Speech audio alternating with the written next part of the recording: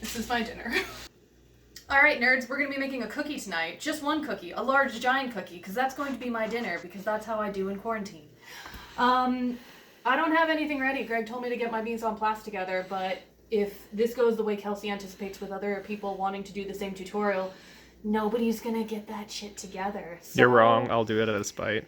You'll be the only person and no one else. And I'll have the best video. Sure, sweetie. Sure. So, cookies. We need like sugar and chocolate chips and stuff. In fairness, Greg might have had a point on getting things together because I don't know where anything is. So, one of the important things about baking in general is keeping your ingredients, or not, getting your ingredients to room temperature. That's actually a really, really big thing if you want to do good baking. Getting your butter to room temperature, any liquids to room temperature, getting your eggs to room temperature. Anime night is starting soon, so we're gonna make this fast. Didn't feel like doing any of that, so I have margarine instead of butter because I had that. Quality ingredients are also important for good baking. I just want to eat a large cookie tonight, so Recipe calls for 2 tablespoons. Baking is a science, and measurements are incredibly important. I'm gonna, I don't know. Sure, that looks like 2 tablespoons. Why not? It's like 1/3 of a half a cup of butter. Okay, check that. If you're going to be warming it up in the microwave, use it literally 5 seconds at a time, depending on the power of your microwave. I always use defrost and start with like 10 seconds. Also, this is margarine. We're also going to use an unnecessarily large KitchenAid mixer because I'm lazy. And we're looking for a sponsor. That too, definitely. That's something that will happen. Oh, you should also probably make sure that your bowl is clean before using it, but, science. And then you double check your ingredients. We're going to cream together our butter and sugar, which is 2 tablespoons granulated sugar and 2 tablespoons brown sugar. If you ever want to know where I get literally any of my baking recipes, it's always Sally's Baking Addiction. Always, always. She is my queen. If I met her in real life, it would kind of be the greatest thing ever. Second only to meeting Weird Al Yankovic. This might be a really bad idea. I don't even know if my mixer can reach the bottom of this, but yeah, we'll find out. Should also note that this is going to be a peanut butter cookie because peanut butter cookies are the best cookies. You could perhaps replace the peanut butter with butter if you are a peasant with bad taste. But otherwise, if you still want something non-peanut butter but not just butter, you could use almond butter, like some other sort of nut butter. I'm sure it's fine. If you do have a KitchenAid, use your paddle attachment, not a whisk attachment for cookies. It's going to cream it better together. And there we go.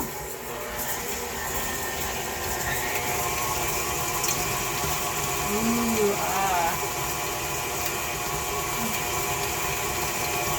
So, this is what happens when you haven't softened your butter enough. So if you look in there, you can see how it's kind of like all grainy and clumpy. Yeah, it means you haven't softened your butter, so it's not going to cream as nicely. So why are you zooming in on my face? Trying to be educational.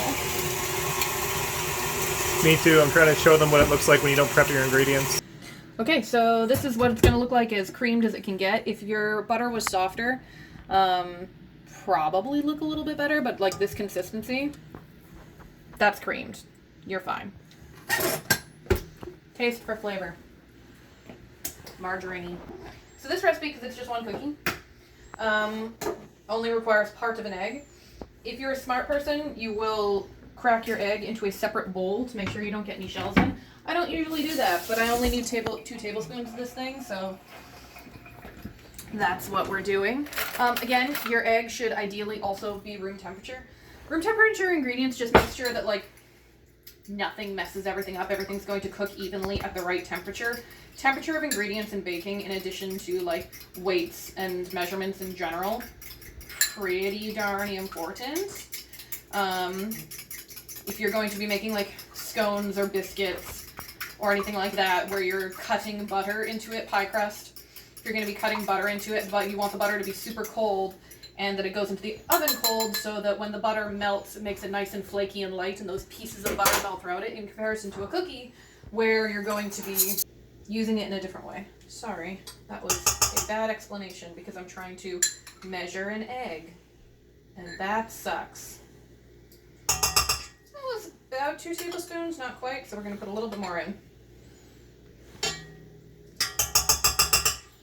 And now, you give the rest to an egg-obsessed boyfriend.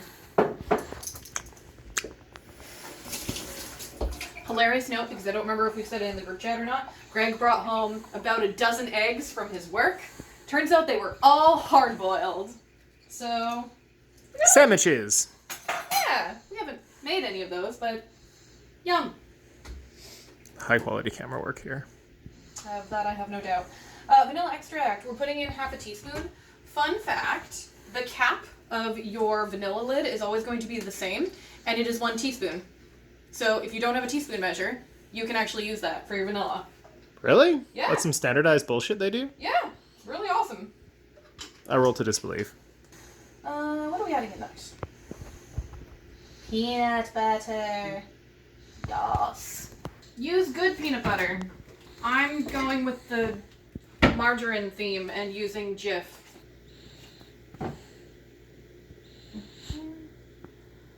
You don't have to keep this all in. We could pause here. Nah. I'll just leave it for Kelsey to edit. Perfect. Good. And Kelsey will leave it in because she doesn't like peanut butter. What do you want from me? Look, it's baby Trista and her kitty. Not Super that baby. cute. Okay, so we've added in the peanut butter. Looks like this now. Scrape it down. Probably my hand just in the camera. Working on it. There we go. Okay. It's high quality over the top shots. So good. Much impressed. Such wow. All right, so this is a peanut butter cookie with a little bit of oats in it. My video is going to be how to do shitty phone camera work. Well then, you're good. Yeah, exactly. I don't even have to do a separate video. Yeah, exactly. You're welcome, Kelsey. You're welcome. We're going to put in 2 tablespoons. I don't actually know that I've been saying amounts. 2 tablespoons of oats. You know? We'll link the recipe in the description below. Exactly. Remember to like and subscribe. Yeah. Like, comment, and subscribe. Oh, please don't comment. We don't care what you think. I mean, you say that. But I live for my fans. And in this difficult time, it's them that keep me going. Also, for the record, like, I was promised a jumbo cookie, and I don't know that this cookie is going to be able to be considered jumbo. I'm feeling... Like it might be a reasonably sized cookie? Yeah, and that's like a slight betrayal. So, I don't know. It requires 1/8 of a teaspoon of salt. We don't have normal person salt. We have giant salt. So you have to take out your large flake salt, take out your mortar and pestle. It's not large flake. Grind it up, and then measure from there. Because we're normal people. You missed a great opportunity to spoof the WoW alchemy. What now? Isn't that what they use? The mortar and pestle for the alchemy in WoW? I don't know. Where they just sit there and grind it all confused. You used to play WoW, don't tell me that. I never used alchemy, for the record. Bullshit. Like, ever. I played orcs. You were busy being an elf prancing in the valley. Literally, how fucking dare you? I played 1 blood elf, and everyone else was a fucking orc, and they were amazing. 6 tablespoons of all-purpose flour. Let's go over to the flour bag.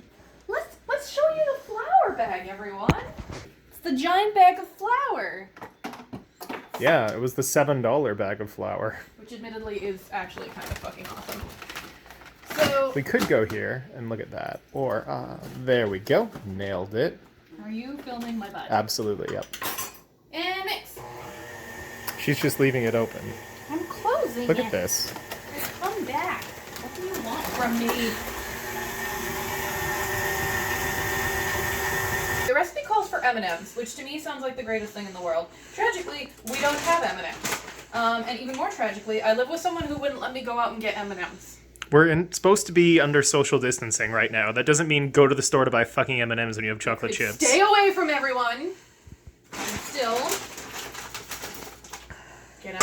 And it would be fine, and we can wash our hands, and everything would be okay. But also, there's no Lysol wipes left, so we checked the store earlier. So I'm just gonna put in a fuck ton of chocolate chips, and also I have all these sprinkles. I don't know that this is a good idea, but I wanted it to be colorful, so. It wasn't a good idea. Yeah. Looks good. And we'll just mix that. Yeah, that's good. Basically mix it together until it, comes together. Another important thing about cookie recipes. More often than not, you're going to want to chill them. Again, this is to make sure that the butter doesn't spread too much. If you use melted butter in a cookie recipe, they're going to be very chewy cookies and probably a little bit crispier. In this kind of stage, it doesn't keep it fluffy or anything, but it's going to be soft rather than chewy. The butter wasn't too softened, but also we're not chilling the cookie. So, yeah, we'll see how this one turns out. Best part of any cookie recipe.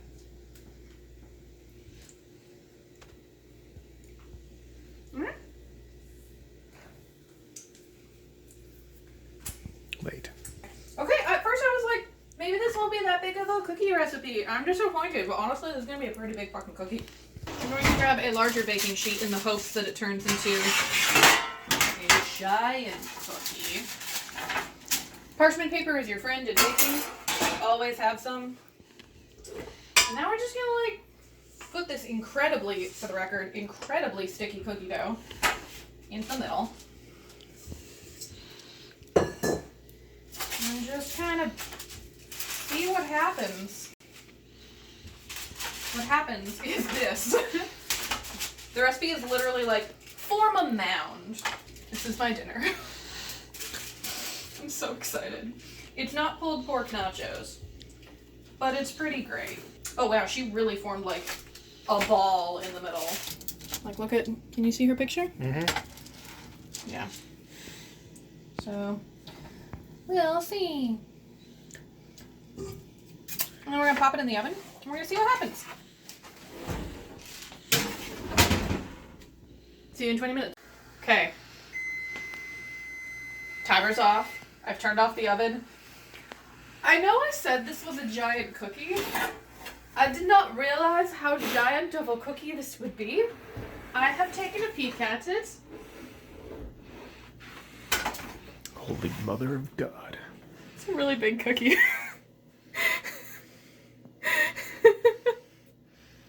It's a really big cookie. So, yeah, we're gonna let that sit and cool for about 10 minutes, probably. It probably needs to sit up. We waited until it was slightly browned around the edges and the tiniest bit of browning at the top. There's definitely a soft spot in the middle, but come on. I'm very happy I put in the sprinkles because it makes it more fun. I got all these beautiful cracks and everything. I was hoping it would crack a little bit more, actually. In her picture, there was definitely a lot more cracks and crevices, but there's still a lot of good texture, and, I'm gonna put this in my face. Remember to like and subscribe. Yeah. Like, comment, and subscribe. Oh, please don't comment. We don't care what you think.